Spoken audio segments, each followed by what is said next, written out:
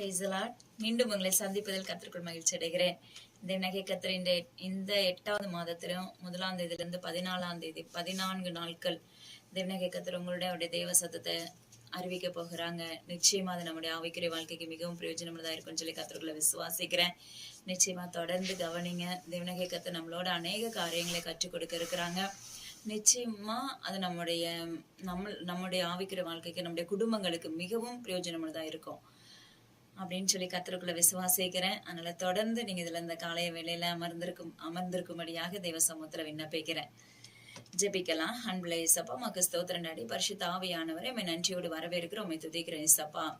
நீங்க பேச போகிற வார்த்தைகள் எல்லாம் உம்முடையதாகளா இருக்க போகிறதுக்காக ஸ்தோத்திரம் அப்பா. தேசத்துக்குள்ள நடக்க இருக்கிற இந்த மாதத்துல காணப்படுகிற எல்லா உபாதைகளுக்கும் நீர் உங்க பிள்ளைகளாக எங்க யாவரையும் விலக்கி காவல் வைக்கும்படியாக தெய்வ சமூகத்துல விண்ணப்பிக்கிறேன். யாரெல்லாம் இசப்பா உண்மையாய் உண்மை கூப்பிடுகிறார்களோ அவர்களுக்கு நீர் அப்பா அம்மாக்கு ஸ்தோத்திரம் பதில் கொடுக்கிற தகப்பனா இருக்கிறீங்களே, அதை இந்த வினகை கர்த்தரே உமக்கு நன்றி செலுத்துகிறோம். இசப்பா உங்க கரத்துக்களை எங்களை தாழ்த்துகிறோம். நாங்க அடியனும் இதுல ஒன்று இல்ல, முற்றிலும் உங்க கரத்துல போய் கொடுக்கிறேன். மீட்பர் இயேசு கிறிஸ்துவின் ஜீவனுள்ள அன்பின் தகப்பனே, ஆமென். பாருங்க, இன்னைக்கு தேவநகை கர்த்தர் நம்மளுக்கு கற்றுக் கொடுக்கிற காரியம் என்ன அப்படின்னா, தாமதித்தாலும் காத்திரு. வசனம் பாருங்க, சங்கீதம் 113வது அதிகாரம் 7வது வசனம் பாருங்க. அவர் சிறியவனை புழுதியிலிருந்து தூக்கி விடுகிறார், எளியவனை குப்பையிலிருந்து உயர்த்துகிறார். அவனை பிரபுக்களோடும் தமது ஜனத்தின் அதிபதிகளோடும் உட்கார பண்ணுகிறார். ஹல்லேலூயா. அவர் சிறியவனை புழுதியிலிருந்து தூக்கி விடுகிறார். ஹல்லேலூயா. எளியவனை பாருங்க குப்பையில இருந்து உயர்த்துகிறவராய் இருக்கிறாராமா. இன்னைக்கு நம்ம எப்படிப்பட்ட சூழ்நிலைகளுக்குள்ள இருக்கிறோம்னு சொல்லி நம்மளுக்கு நல்லா தெரியும். நம்ம பேதைகளா இருப்போம், ஏழைகளா இருப்போம், எல்லாரும் தள்ளப்பட்டவர்களா இருப்போம், தள்ளுண்டு போனவர்களாய், திக்கற்றவர்களாய், ஒடுக்கப்பட்டவர்களாய் நின்று கொண்டிருப்போம். ஆனா அப்படிப்பட்டவங்களுக்கு இன்னைக்கு இந்த உலகத்தின்படி பார்த்தா உறவுகள்லயும் சரி, நம்ம பக்கத்துல இருக்கவும் சரி, ஒரு கணமே இருக்காது. ஆனா கர்த்தர் சொல்லுகிறார், அப்படிப்பட்டவர்களை தான் நான் என்ன செய்ய போறேன், உயர்த்த போகிறேன். ஹல்லேலூயா. எனக்கு யாரெல்லாம் நீங்க அப்படி யோசித்து கொண்டு இருக்கிறீங்களோ, நான் இன்னும் என்னுடைய வாழ்க்கை உயர்வு இல்லையே, நான் சோர்வுற்று இருக்கிறேனே, என்னுடைய வாழ்க்கையில ஜெயம் இல்லையே, நான் கலங்கின பாதையில நிக்கிறேனே, எனக்கு தடுமாற்றத்துல நிக்கிறேனே, எனக்கு பாதையை செவ்வையாக்குறதுக்கு யாருமே இல்லையே அப்படின்னு சொல்லி நீங்க யோசித்து கொண்டு இருக்கிறீர்களா? தேவநகை கர்த்தர் சொல்லுகிறார், உங்களை பார்த்த கர்த்தர் உரைக்கிறார், நான் உன்னை என்ன செய்ய போறேன், இன்றைக்கு பிரபுக்களோடும் அதிகாரிகளோடும் ஜனத்தின் அதிகாரங்களோடும் கர்த்தர் என்ன செய்ய போறார், நம்மளை உயர்த்த போகிறேன் என்று வாக்கு பண்ணுகிறார். ஏன்னா அப்படிப்பட்ட உங்களுக்கும் எனக்கும் சரி கர்த்தர் அதிகாரத்தை கொடுக்க வல்லமுள்ள தகப்பன். ஹல்லேலூயா. ஒண்ணுமே தெரியாது, படிப்பு இல்ல, உயர்வு இல்ல, எதுலயுமே தேர்ச்சி இல்ல அப்படின்னு சொல்லி நம்ம நினைச்சிட்டு இருப்போம். ஆனா கர்த்தர் நம்மள என்ன செய்வாங்கன்னா தூக்கி நிறுத்தி நடத்தி கொண்டு இருப்பாங்க. ஹல்லேலூயா. நம்முடைய தலையை உயர்த்தி கொண்டே இருப்பாங்க, நம்மளுக்கு கனத்தை கொடுத்து கொண்டே இருப்பாங்க. ஹல்லேலூயா.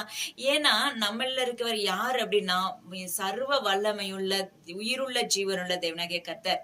ஹல்லேலூயா. நான் என்னை வச்சுதான் நான் சொல்லுவேன், அண்ட சராசரங்களை படைத்த வானத்தையும் பூமியும் உண்டாக்கின ஜீவனுள்ள தேவனாகிய கர்த்தர் தான். நம்முடைய பார்வைக்கு ஒண்ணுமே தெரியாது நம்மளுக்கு. ஆனா என்ன செய்வாங்கன்னா நிக்க வைப்பாங்க, மத்தது எல்லாம் கர்த்தர் அவரே செஞ்சிருவாரு. நம்மளை நடத்துறது, நம்முடைய காரியங்களை அவரு அப்படியே நம்மளை கைடன் கொடுத்து கூட்டிட்டு போவாங்க. எந்த மனுஷங்களுடைய கைடனும் இருக்காது, அதுல அழகா கோஆர்டினேட் பண்ணுவாங்க. ஹல்லேலூயா.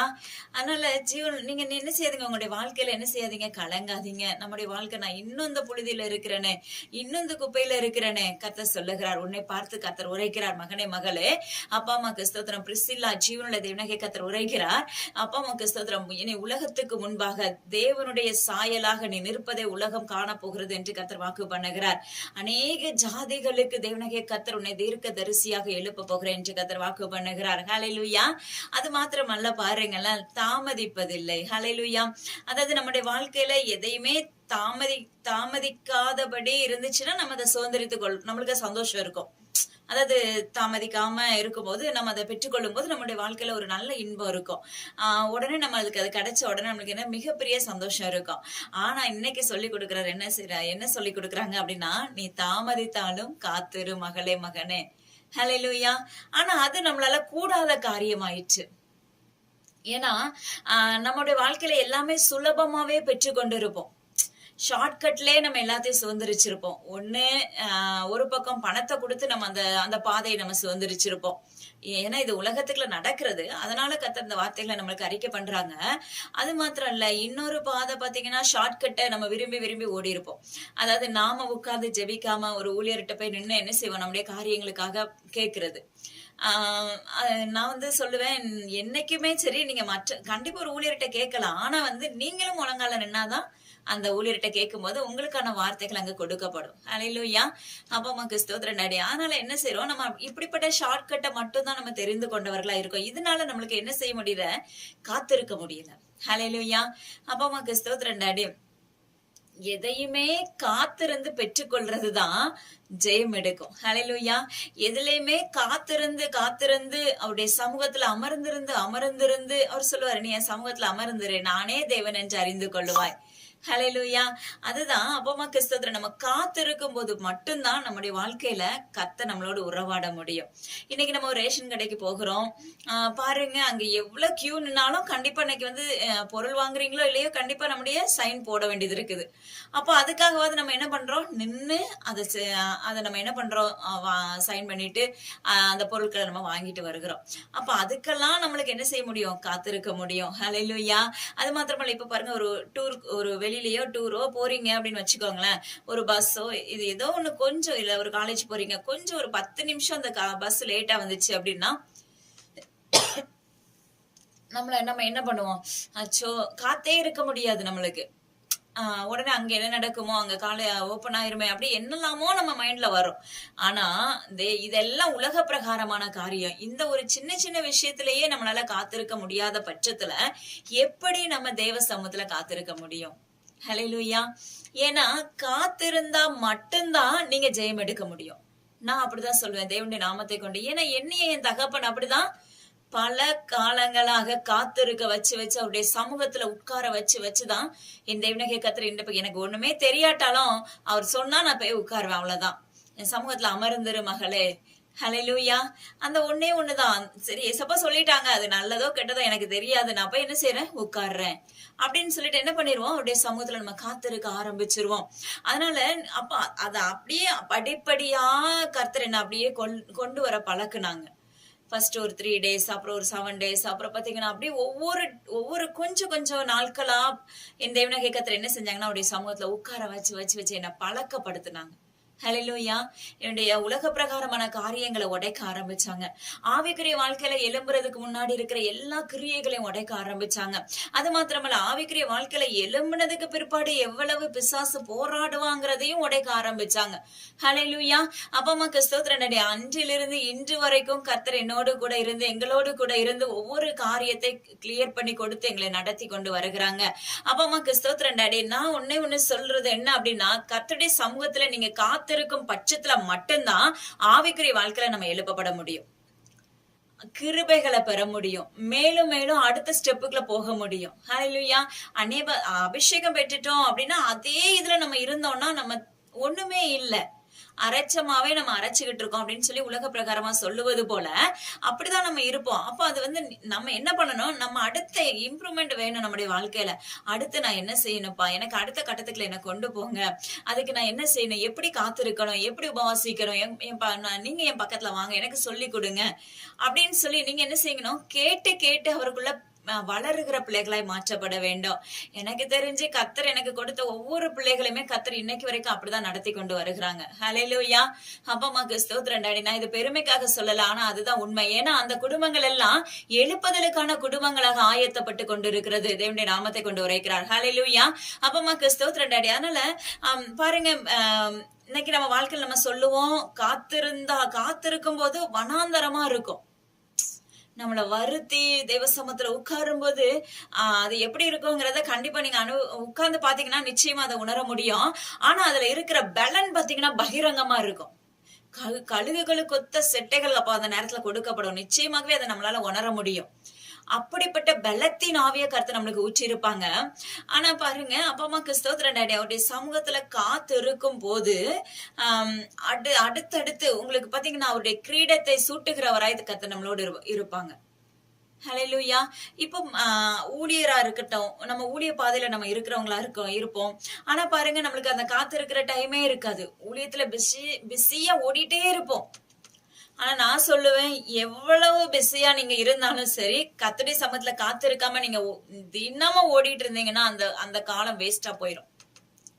ஹalleluya. ஃபர்ஸ்ட் தேவனாகிய கர்த்தர் தான் நம்மளுக்கு.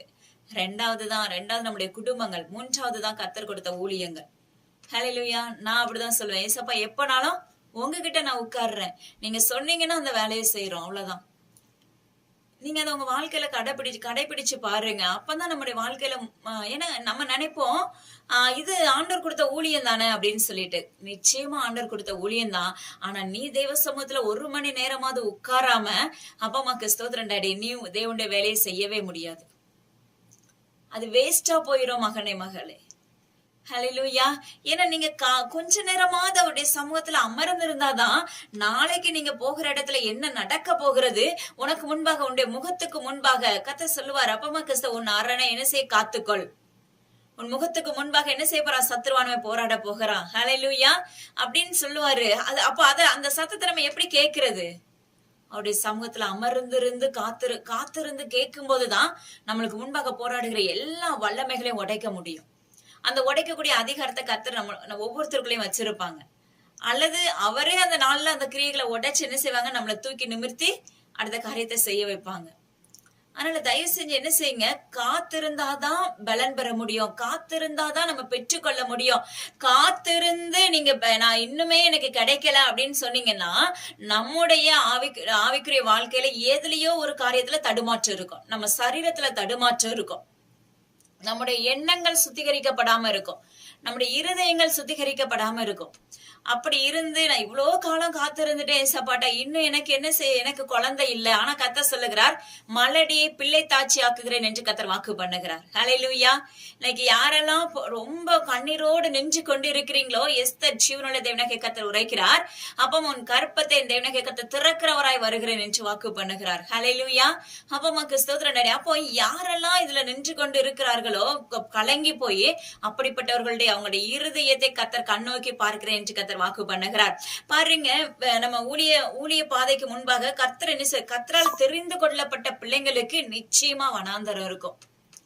வனாந்தரம் இல்லாம நீங்க ஒரு ஊழியனா மாறவே முடியாது.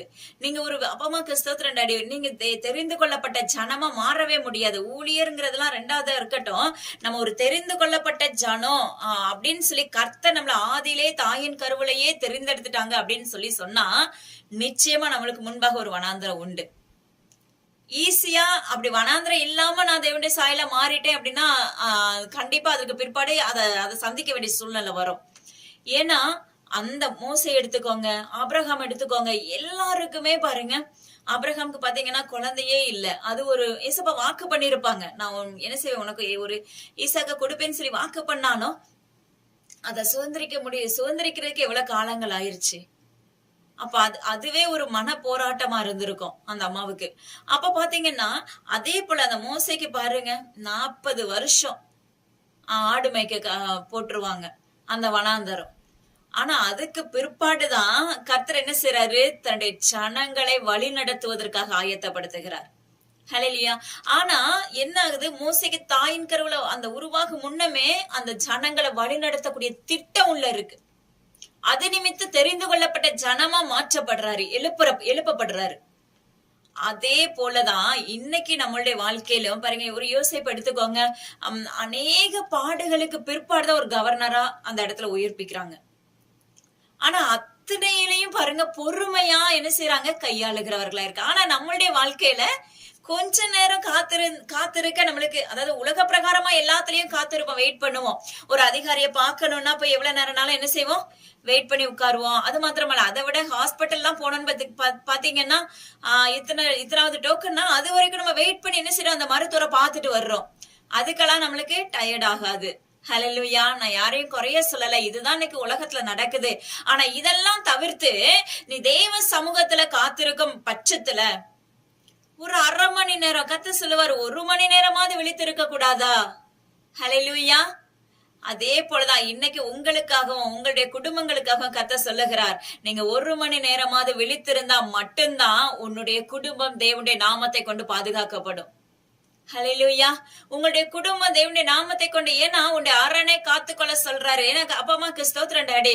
தேவனுடைய கர்த்தர் சொல்லுகிறார், உனக்கு விரோதமாக என்ன செய்ய போறாங்க? பலவானுடைய அம்புகள் போராட போகிறது.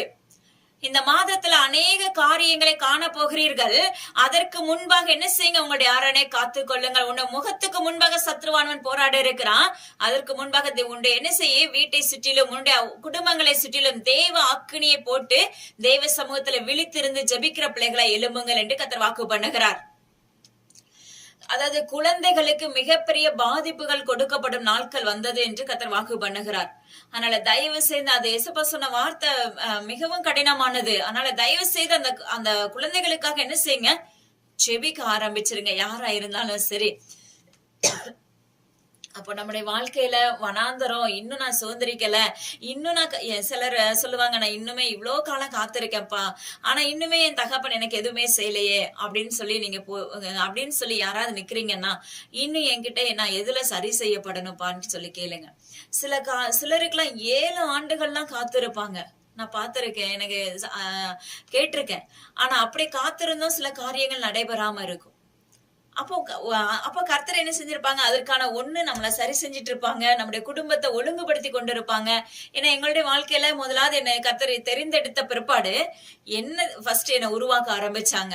2வது என் குடும்பத்தை, என் வீட்டுக்குள்ள இருக்கிற எல்லாரையும் உருவாக்க ஆரம்பிச்சாங்க. என் வீட்டை ஒழுங்குபடுத்த ஆரம்பிச்சாங்க. ஹல்லேலூயா. அததான் நான் சொல்லுவேன், தேவனுடைய நாமத்தை கொண்டு முதலாவது நம்மள தெரிந்தெடுத்திருப்பாங்க.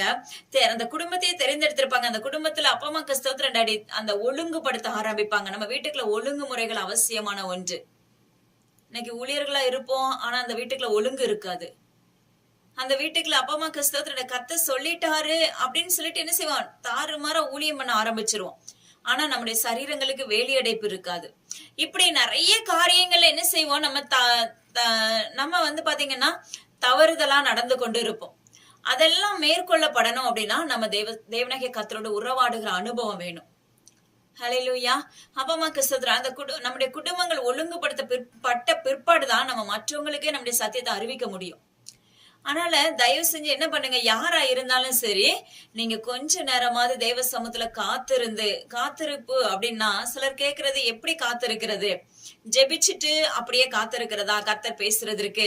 நான் ஒரு பக்கம் எப்படி அப்படின்னா, நீங்க ஜெபிச்சு முடிச்சிட்டு நிச்சயமா அவர் பேசுற சத்தம் வரைக்கும் நம்ம காத்திருக்கணும்.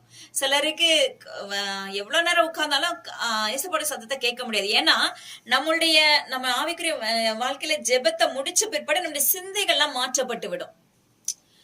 என்ன ஆகும்னா, நம்மளால உட்காரும் போது நம்முடைய மைண்டுக்குள்ள வேற எண்ணங்கள் தோன்ற ஆரம்பிக்கும். வேலை செய்யணும், இல்ல வேற ஏதாவது இன்னைக்கு என்ன பண்ணணும், அந்த மாதிரியான ஒரு சில எண்ணங்கள் உள்ள தோன்ற ஆரம்பிச்சிட்டனாலும் நீங்க தெய்வ சத்தத்தை கேட்க முடியாது. அதனால ஒரு மனதோடு, நான் ஃபர்ஸ்ட் எப்பவுமே இயேசுப்பாட்ட கேக்குறது என்ன அப்படின்னா, ஒரு மனதின் ஆவியை ஊற்றுங்க. நீங்களும் உங்களுடைய வாழ்க்கையில செய்யுங்க, கேளுங்க இயேசுப்பாட்ட. ஃபர்ஸ்ட் தேவ சமூகத்துல காத்திருக்க ஆரம்பிக்கும் போது, அப்பா இன்னைக்கு எனக்கு ஒரு மனதின் ஆவியை ஊற்றுங்க, ஒத்த அபிஷேகத்தோடைய கிருபைகள் எனக்கு தாங்க. ஹல்லேலூயா. அப்ப பாத்தீங்கன்னா ஒரு மனதின் ஆவியை ஊற்றும் போது உங்களுடைய சிந்தை சதறவே செய்யாது, உங்களுடைய இருதயம் சதறவே செய்யாது, மொபைல நோக்கி ஓடாது. ஹல்லேலூயா. எதையுமே தாட் வராது. ஏன்னா அப்படி நம்முடைய சிந்தை ஒரு மனமா இருக்கும்போது மட்டும்தான் தேவ சத்தத்தை கேட்க முடியும். ஹல்லேலூயா. அப்பா அம்மாக்கு ஸ்தோத்திரம் டாடி. அதாவது நம்ம பாவ கரைகள் நம்முடைய வாழ்க்கையில இருந்து அகற்றப்பட்டு நம்முடைய பரிசுத்தமா மாற்றப்பட்ட பிற்பாடு தேவனாகிய கர்த்தருடைய சமூகத்துல அமர்ந்திருக்கும் போது கர்த்தர் என்ன செய்வாங்க? உடனே பேசுற சத்தம் உங்களுக்கு ஒண்ணு கேட்க ஆரம்பிக்கும். ஒண்ணு கர்த்தர் அவருடைய சத்தத்தினால பேசுகிற தகப்பனா இருப்பாங்க. ஹல்லேலூயா. இன்னொரு பக்கம் பாத்தீங்கன்னா உணர்வுகள்ல பேசுகிற தகப்பன். நம்மளுக்குள்ள அந்த உணர்வுகள் வரும், அது நிமித்தம் நம்ம புரிஞ்சு கொள்ளலாம் கர்த்தர் நம்மளோட பேசுறாங்கன்ட்டு. இன்னொரு பக்கம் பாத்தீங்கன்னா வேத வசனத்தோடு பேசுகிறவர்களா இருப்பாங்க. ஹல்லேலூயா. அப்பா அம்மாக்கு ஸ்தோத்திரம். இன்னொரு பக்கம் பாத்தீங்கன்னா உங்க முன்னாடி அவர் அமர்ந்திருந்து உங்களோடு பேசுகிற தகப்பனா இருப்பாங்க. ஹல்லேலூயா. இந்த அனுபவத்துக்கள் எல்லாம் நம்ம வர ரொம்ப நல்லா இருக்கும். ஹல்லேலூயா. அதுக்கப்புறம் நம்ம கர்த்தரை விட்டு விலகவே மாட்டோம். நிச்சயமா நான் சொல்லுவேன், சோர்வு எல்லா மனிதனுக்கும் வரும். ஆனா சோர்வுகள் இருந்தாலும் கர்த்தரை நம்மள என்ன செய்வார்? தூக்கி நிறுத்துவாங்க. ஹல்லேலூயா. அதனால தயவு செஞ்சு என்ன செய்யுங்கன்னா, அப்பா அம்மாக்கு ஸ்தோத்திரம் டாடி, கொஞ்ச நேரமாவது அவருடைய சமூகத்துல என்ன பண்ணுங்க? இன்னைக்கு ஜெபத்தை முடிச்சீங்களா? கொஞ்ச நேரம் காத்துருங்க. இதுக்கு அடுத்த கட்டம் என்ன அப்படின்னா, ஒருவேளை உபவாசம் போட்டு காத்துருங்க. ஹalleluya. ஒருவேளை உபவாசம் போட்டு ஒரு 7 ஹவர் என்ன செய்யுங்க, ஏசப்பா சமூகத்துல காத்திருக்க ஆரம்பிங்க. அப்புறம் அப்படியே கொஞ்சம் கொஞ்சமா உங்களை என்ன பழக்கப்படுத்திடுவாங்க. அடுத்த 2 நாள் ஆகும், 3 நாட்கள் ஆகும், அப்புறம் 7 நாட்கள் ஆகும், 14 நாட்கள் ஆகும். ஹalleluya. அப்படி அப்புறம் போக போக நான் நிறைய நாட்களை கர்த்தர் என்ன செய்வார் உங்களுக்கு அப்படியே பழக்கப்படுத்தி உங்களை கொண்டு வந்து அவருக்குள்ள ட்ரைனிங் பண்ண ஆரம்பிச்சிருவாங்க. ஹalleluya. அந்த அனுபவம்லாம் ரொம்ப நல்லா இருக்கும். அதனால நீங்க என்ன செய்யுங்க, காத்திருந்து பெற்றுக்கொள்றவன் தான் முழுமையான ஜெயத்தை பெற முடியும். ஹalleluya. அவருடைய சுதந்திரத்துக்குள்ள என்ன செய்ய முடியும், ஆளுகை செய்ய முடியும், அவருடைய சுதந்திரவாளியா நிற்க முடியும். அதனால இன்னும் வரைக்கும் ஏசப்பா எனக்கு வாக்கு பண்ணிட்டாங்க, ஆனா இன்னும் எனக்கு நடக்கல. மகளே கலங்காதே, பிரேமலலா ஜீவன்ல தேவனே கர்த்தர் சொல்லுகிறார், மகளே கலங்காதே, கர்த்தர் தாமதித்தாலும் நீ என்ன செய்ய, அமர்ந்துரு. ஹalleluya. வசனம் அழகா சொல்லுது, அப்பமா கிறிஸ்தவத்துல தாமதித்தாலும் காத்துரு. ஹalleluya. அது பொய் சொல்லாது. ஹalleluya. நிச்சயமாகவே அவருடைய வார்த்தை என்ன செய்யாது, பொய்யுரைக்காது. ஹalleluya. கர்த்தர் என்று உங்களுக்கு அடைமானமா கொடுக்கறாங்க. அப்பமா நீ என்ன செய் மகனே மகளே, தாமதித்தாலும் காத்துரு, நிச்சயமாகவே உனக்கு வாக்கு பண்ண வார்த்தைகளை நான் நிச்சயமாகவே என்ன செய்வேன், நிறைவேற்றுவேன் என்று வாக்கு உரைக்கிறார். என்னென்ன காரியத்தை குறித்து நம்முடைய வாழ்க்கையில வாக்கு பண்ணி இருக்காங்களோ அந்த வாக்கு தத்தங்களை சுதந்திரிப்பதற்கான காலங்களும் நேரங்களும் கண்டிப்பா வேணும். ஏசப்பா இன்னைக்கு நம்மளுக்கு சொல்லி இருப்பாங்க, நான் உன்னை இப்படி நடத்துவேன், இவ்வளவு காலம் இவ்வளவு காலம் இப்படி இருக்கும், அடைக்கப்பட்டு இருக்கும், இவ்வளவு காலத்துக்கு பிற்பாடு நீ இப்படி இருப்ப அப்படின்னு சொல்லி நம்மளுக்கு வாக்கு பண்ணிருப்பாங்க. சில சில அந்த நாட்களை நம்ம கடந்து போயிருப்போம், ஆனா அதை சுதந்திரிச்சிருக்க முடியாது.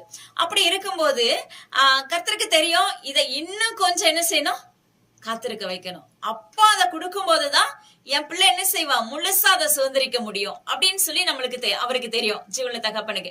இப்ப ஒரு குழந்தைக்கு இப்ப கைப்பிள்ளை இருந்துச்சுன்னா அந்த குழந்தைக்கு நீங்க பாருங்க, ஒரு மாசம் குழந்தைக்கு போய் முழுசா ஒரு பொம்மையை கொடுத்து கையில கொடுத்து அந்த குழந்தையால ஃபுல்லா நிச்சயமா பிடிக்க முடியாது. ஆனா அதே ஒரு 3 மாசம் 4 மாசம் ஆக ஆக பாத்தீங்கன்னா நீங்க கொடுக்கும் போது என்ன செய்யாது, அதை பிடிச்சு நல்லா விளையாட ஆரம்பிச்சிரும். இதே போலதான் நம்முடைய வாழ்க்கையிலயும் ஏசப்பாக்கு தெரியும், எப்போ என் பிள்ளைக்கு இந்த காரியத்தை செய்யணும், எப்போ என் பிள்ளைக்கு திருமண காரியத்தை செய்யணும், எப்போ என் பிள்ளைக்கு குழந்தையின் பாக்கியத்தை கொடுக்கணும், எப்போ என் பிள்ளைக்கு இந்த வேலையில உயர்வை கொடுக்கணும். ஹalleluya. எப்போ என் பிள்ளைக்கு ஆவிக்குரிய வாழ்க்கையில அப்பமா கிறிஸ்தவத்துல உயர்வை கட்டளையிடணும், எப்போ என்னுடைய வேலையை செய்ய வைக்கணும். உண்மையாவே சொல்லுவேன், அப்பமா கிறிஸ்தவத்துல டாடி பல காலங்கள் காத்திருக்க தான் கர்த்தர் கொடுக்கிற கிருபைகளும் வரங்களும் வித்தியாசமானது. ஹalleluya. அப்படின்னு சொல்லி தேவனாகிய கர்த்தருக்கு தெரியும், எப்ப கொடுத்தா இது பிரயோஜனப்படும், எப்ப கொடுத்தா அப்பிரயோஜனமானா மகளா மாறுவாங்க அப்படின்னு சொல்லி தேவனாகிய கர்த்தருக்கு தெரியும். அதனால சில காரியங்கள் உங்களுடைய வாழ்க்கையில தாமதிக்கலாம்.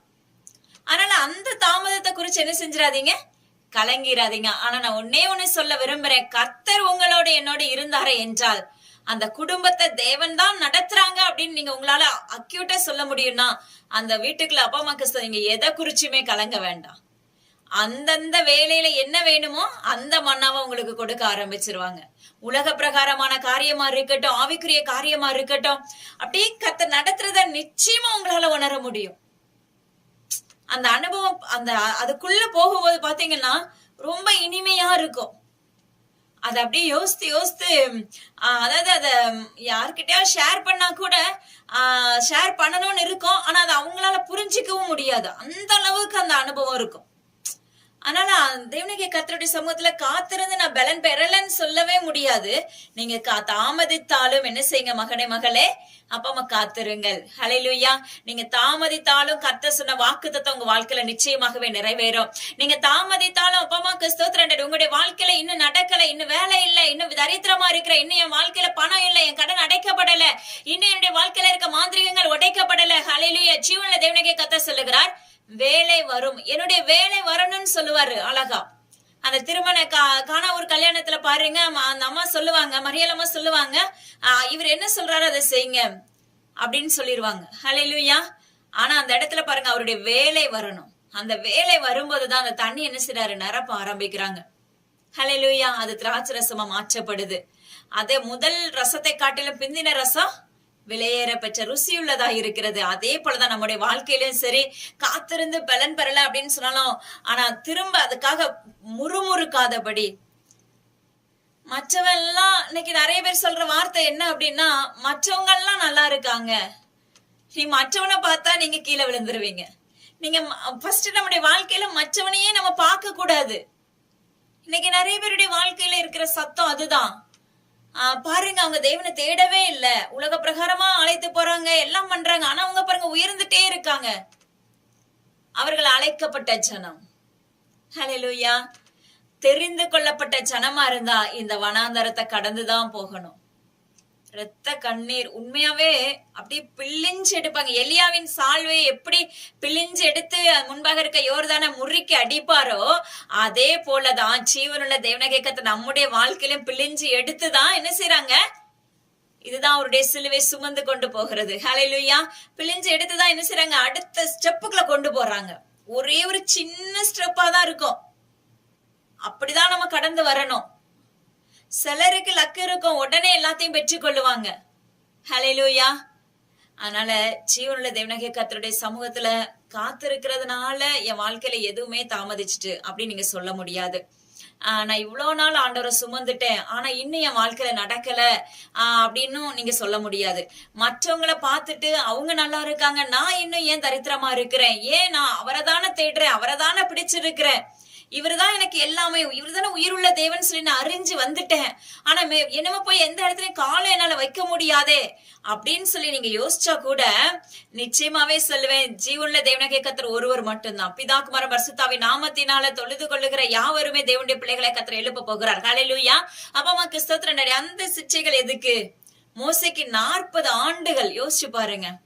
ஏன்னா நான் எனக்கு தெரிஞ்ச ஒரு குடும்பம் உண்டு, நிச்சயமாகவே அவங்க 40 ஆண்டுகளும் பயங்கரமான போராட்டம் அவங்களுடைய வாழ்க்கையில. அந்த 40வது ஆண்டுலதான் அவருக்கு இருந்த எல்லா கோடிக்கணக்கில் இருந்த கடன்கள் எல்லாம் கர்த்தர் அடைத்து கொடுத்தார். அவர் வாக்கு பண்ணியிருந்தார், உன்னுடைய 40வது வயதுல எல்லாவற்றையும் செய்து முடிப்பேன்னு சொல்லி. அப்ப சிலருடைய வாழ்க்கையில இருக்கிற அது வரைக்கும் நம்ம என்ன செய்ய வேண்டும், காத்திருக்க வேண்டும். சிலருடைய வாழ்க்கையில நீ பெத்சாயிதா பட்டணம்னு சொல்லிடுவாங்க. அப்படின்னா 7 ஆண்டுகள் அது ஒரு சிறை தண்டனை போன்று இருக்கும். அதாவது அந்த மாதிரி நம்ம உலக பிரகாரமா அடிமைப்படுத்தப்பட்டு இருப்போம். அப்படிப்பட்டவங்களை கர்த்தர் இன்று என்ன சொல்றாங்க அப்படின்னா, உங்களை அப்ப தூக்கி உயர்த்துகிறேன் என்று வாக்கு பண்ணுகிறாங்க. ஹல்லேலூயா. அதனால எந்தெந்த இடத்துல இன்னும் தரித்திரத்திலேயோ பொத்தல்லையோ குழந்தை இல்லையோ எந்தெந்த ஒவ்வொருத்தருக்குள்ளயும் நிச்சயமா ஒவ்வொரு காரியம் இருக்கும். கர்த்தர் சொல்லுகிறாங்க, நீ என்னை நோக்கி கூப்பிடும் போது, அப்பா அம்மாக்கு தேவனாகிய கர்த்தரை முழு இருதயத்தோடு நீ தேட ஆரம்பிக்கும் போது அவர் அப்பா அம்மாக்கு சதுர அறியாததும் எட்டாததுமான பெரிய காரியத்தை என்ன செய்ய போறாங்க, நம்முடைய வாழ்க்கையில செய்ய போறாங்க. மகனே மகளே, அப்பா அம்மாக்கு ஸ்தோத்திரம். அதனால என்ன செய்யுங்க, தாமதித்தாலும் பொறுமையோடு காத்துருங்க. கண்டிப்பா முறுமுறுத்தீங்கன்னா சுதந்திரிக்கவே முடியாது. நீங்க 10 நாள் காத்திருக்கிறீங்க, அதுல 10 நாள் முடிஞ்சு போச்சு, 11வது நாள் நம்முடைய வாய் ஆட்டோமேட்டிக்கா நான் ஆண்டவரை தேடி என்ன யூஸ் அப்படின்னு சொல்லி வாயில வந்துரும், கீழே விழுந்துருவோம். நிச்சயமாவே அவர் சொன்ன வாக்குத்தத்தை நீங்க அந்த 10 நாளைக்கு பிறகு பெறவே முடியாது. ஏன்னா முறுமுறுப்பு, இஸ்ரவேல் ஜனங்கள் பாருங்க, அந்த இடத்துல பாத்தீங்கன்னா முறுமுறுப்பு எப்படி இருந்துச்சு. ஆனா கர்த்தர் நிறைய நன்மை செஞ்சுட்டே வந்தாங்க, ஆனா அவங்களுடைய வாழ்க்கையில முறுமுறுப்பு இருந்துச்சு. ஆனா கர்த்தர் நம்மளோட உடன்படிக்கை பண்ணிருக்காங்க அப்படின்னா அவங்க முன்னாடி என்ன செய்வாரு, நிச்சயமா கர்த்தர் சொன்ன வாக்குத்தத்தை நிறைவேற்றிடுவாங்க. செங்கடல பழக்க வல்லமையுள்ள தகப்பனா இருந்தாங்க. அதே போல இன்றைக்கு உங்களுடைய வாழ்க்கையில என்ன செய்ய போறாங்க, உங்களுடைய வாழ்க்கையில இருக்க செங்கடல என்ன செய்ய போறாங்க, எதுலயுமே வழியே தெரியல அப்படின்னு சொல்லி நீங்க யோசிச்சு கொண்டு இருக்கிற உங்களை பார்த்து கர்த்தர் சொல்லுகிறார், உங்களுக்கு நான் பாதையை செவையாக்குகிறேன் என்று கர்த்தர் வாக்கு பண்ணுகிறார். உங்களுடைய வாழ்க்கையில தேவனாகிய கர்த்தர் உயர்வை உண்டாக்க போகிறேன் என்று கர்த்தர் வாக்கு பண்ணுகிறார். இந்த மாதத்துல நீங்க தேவ சமூகத்துல ஒவ்வொரு நாட்களும் காத்திருக்க தேவனாகிய கர்த்தருடைய பலத்தின் ஆவியை பெற போகிறீர்கள் என்று கர்த்தர் வாக்கு பண்ணுகிறார். ஹல்லேலூயா. அப்பா இந்த 14 நாட்களும் பாத்தீங்கன்னா நிறைய ஆலோசனைகளை கர்த்தர் கொடுக்கவிருக்கிறாங்க அப்படின்னு சொல்லி நான் விசுவாசிக்கிறேன். ஹல்லேலூயா. அதனால நீங்க என்ன செய்யுங்க, கண்டிப்பா இந்த தொடர்ச்சியா அந்த தேவ சமூகத்துல என்ன செய்யும்போது காத்திருந்து இதுல இன்னைக்கு எனக்கு என்ன மன்னா கொடுக்க போறீங்கன்னு சொல்லி நீங்க கேட்க ஆரம்பிக்கும் போது நிச்சயமா உங்களுடைய வாழ்க்கையில கர்த்தர் என்ன செய்ய போறாங்க, அவருடைய மன்னாவினால் நிரப்ப வல்லமுள்ள தகப்பனா இருக்கிறாங்க. அதனால இவ்வளவு நாள் ஆயிடுச்சு என் வாழ்க்கையில ஒண்ணுமே நடக்கல அப்படின்னு சொல்லி நீங்க யோசிக்காதபடி பொறுமையோடு தேவ சமூகத்துல காத்திருக்கும் போது நிச்சயமா கர்த்தர் சொன்ன வாக்குத்தத்தங்களை நீங்க சுதந்திரிக்க முடியும். மகனே மகளே, ஹல்லேலூயா. ஆமென். ஜெபிக்கலாம். அன்புள்ள இயேசப்பா உமக்கு ஸ்தோத்திரம் டாடி. இதை கேட்ட யாவருடைய இருதயங்களும் திறக்கப்படுவதாக. என்னென்ன காரியத்தோடு பிள்ளைங்க நின்று கொண்டிருக்காங்களோ அந்த காரியத்தை என் தகப்பன் அவர்களுக்கு செய்தருளும்படியாக தெய்வ சமூகத்துல விண்ணப்பிக்கிறேன். அது மாத்திரமல்ல, இதுல யாரெல்லாம் பார்க்க போகிறார்களோ அவர்களுடைய இருதயங்களை நீங்க திறந்தருளும்படியாக ஜெபிக்கிறேன். அப்பா அம்மாக்கு ஸ்தோத்திரம் டாடி. லீக்காராத ரபடி ஷிபிக்கு ஹேதுரபா, அதாவது ஒன்றுமே இல்லாம இருக்க வனாந்திர பாதை, ஆனா அந்த வனாந்திரத்துல நீர் தண்ணீர் ஊற்றுகிறவராய் இருக்கிறேன்.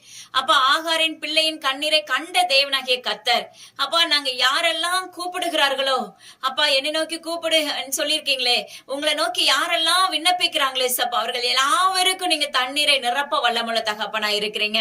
வச்சாத ஜீவ ஊற்று உங்களுக்குள்ள இருந்து ஊற்றப்பட போகிறது சப்பா. அதற்காக உமக்கு நன்றி செலுத்துகிறேன் ஏசப்பா. இந்த நாள் முழுவதும், இந்த மாதம் முழுவதும் தேவ ஆவியானவருடைய பிரசன்னம் ஒவ்வொரு பிள்ளைகளையும் மூடிக்கொள்ளும்படியாக ஜெபிக்கிறேன். அப்பா அம்மாக்கு ஸ்தோத்திரம். பலவீன பாண்டங்களா இராதபடி உமக்குள்ள நிமிர்ந்து நிற்கக்கூடிய கிருபைகளை ஊற்றும்படியாக ஜெபிக்கிறேன். அப்ப உங்க கரத்துக்களை தாழ்த்தி தந்தர்லுகிறேன். அடியனும் அந்த இடத்துல பிரயோஜனமானவளப்பா. உங்க கரத்துல முற்றிலும் ஒப்பு கொடுக்கிறேன். எல்லா கணமும் ஜீவன தகப்பன் ஒருவருக்கு மீட்பர் இயேசு கிறிஸ்துவின் ஜீவனில் தகப்பனே. ஆமென். Thank you. God bless you.